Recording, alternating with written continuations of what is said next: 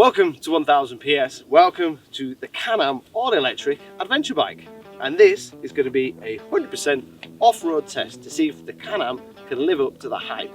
Is it truly an electric off-road bike?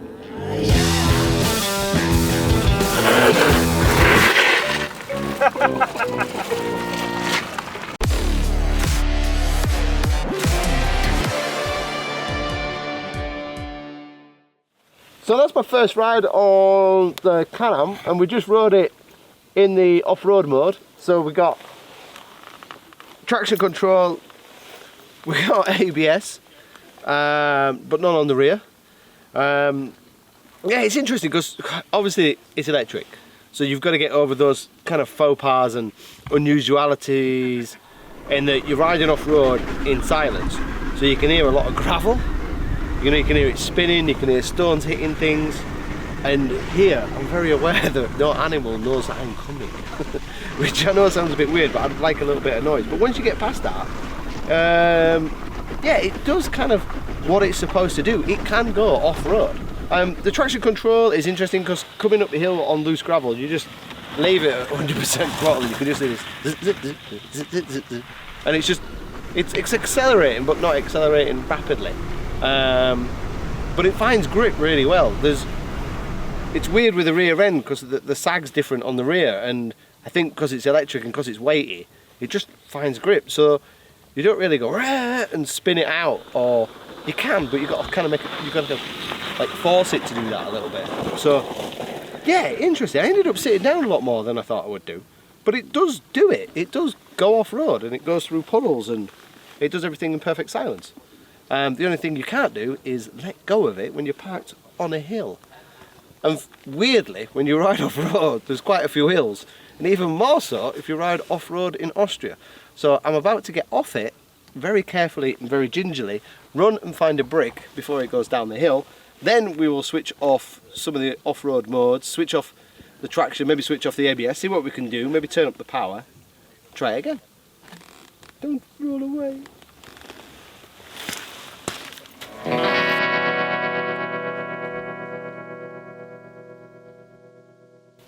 So that's a bit more of getting used to the Can-Am.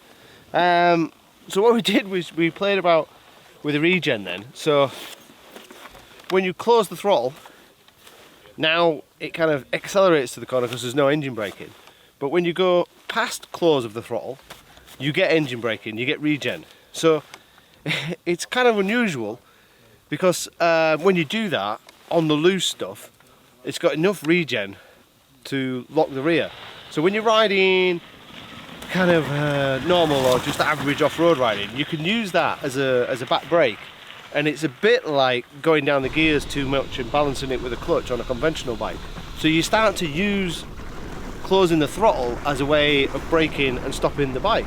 And once you get used to that, and you get used to the fact you've got no traction, it's actually quite amusing to close the throttle, lock the rear, turn the bike, accelerate off the bottom in perfect silence and spin the rear on the exit. So the closest thing I can get it to is flat tracking or speedway, where you go into the corner with no brakes and you're using complete engine braking to slow the bike down. Obviously nothing near as extreme as speedway or as flat track, but it's interesting and quite enjoyable in a kind of amusing, let's try something different way.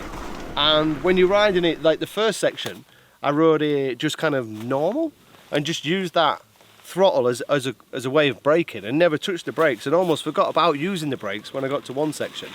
And also when you switch it off and you close the throttle and the throttle is just conventionally closed, you actually gain quite a lot of momentum and a lot of speed because you've got no engine braking then, and the bike weighs a little bit, so you kind of gain speed like a overweight bobsleigh team. I think you know what I mean. But it's an interesting bike to ride. It's just very different and unusual. But if Can-Am say you can take it off-road, then yes, you can take it off-road. They're not claiming something that it's not capable of doing. Is it an adventure bike? Maybe not. But is it fun? Kind of is in a weird way. And it's fun in perfect silence. But let's dig in a little bit deeper, let's look at the tech, and let's not forget about range and price. So it's pretty easy to write the Can-Am off and just put it to one side as an electric bike, but I've got a little bit of a confession. I quite like some electric bikes. I like electric trials bikes, electric scooters, and I even had an attempt at racing electric bikes. So I'm kind of open-minded to the Can-Am, and I found it interesting. Off-road, you've got to get past all the kind of silence and electricness. So when you start it, you press a button and it kind of bongs like you've got a text message, and then you accelerate. There is no gears, there is no clutch. It's very simple, it's very easy to ride.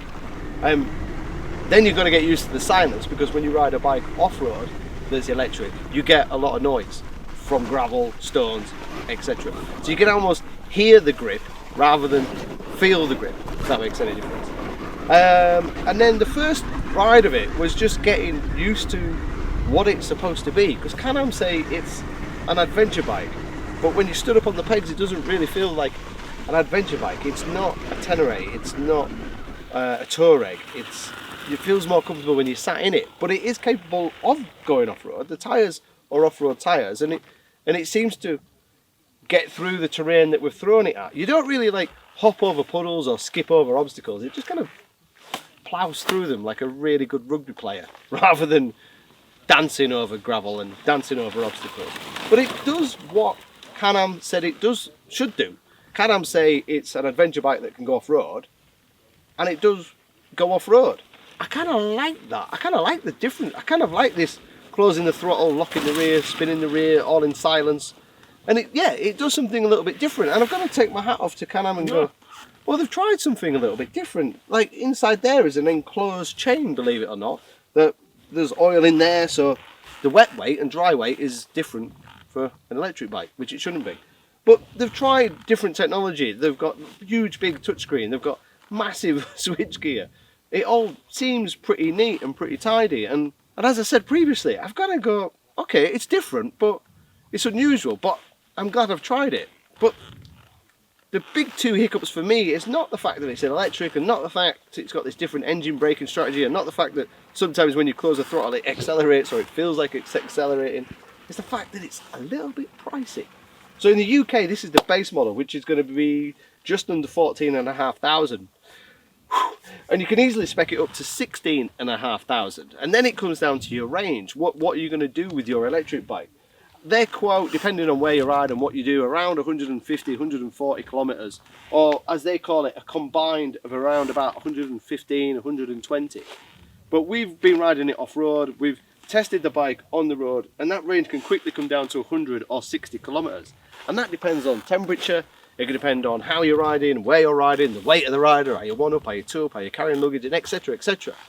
But essentially, if you're riding trails like we are today, and you're having some fun and you're in some enjoyment, you're probably looking around 75, 80 kilometers on range, or maybe half a day.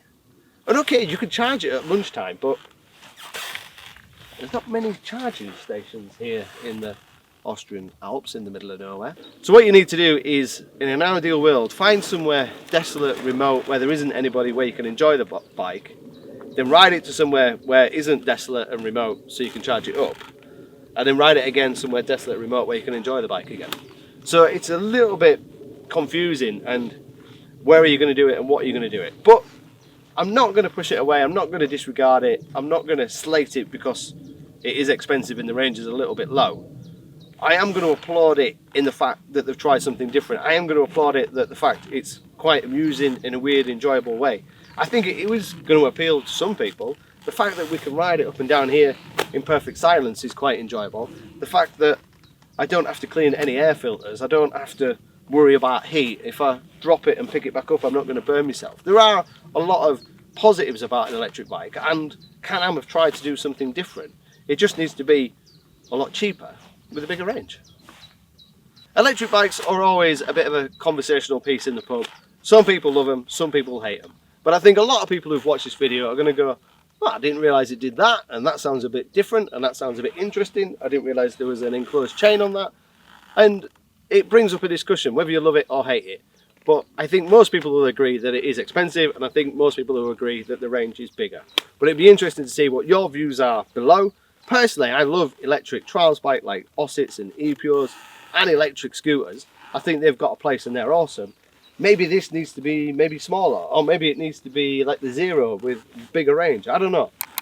Let's fire some questions below, get a discussion going, see what you think, and don't forget to click the subscribe, and next time you see me I'll be riding something that makes a little bit more noise.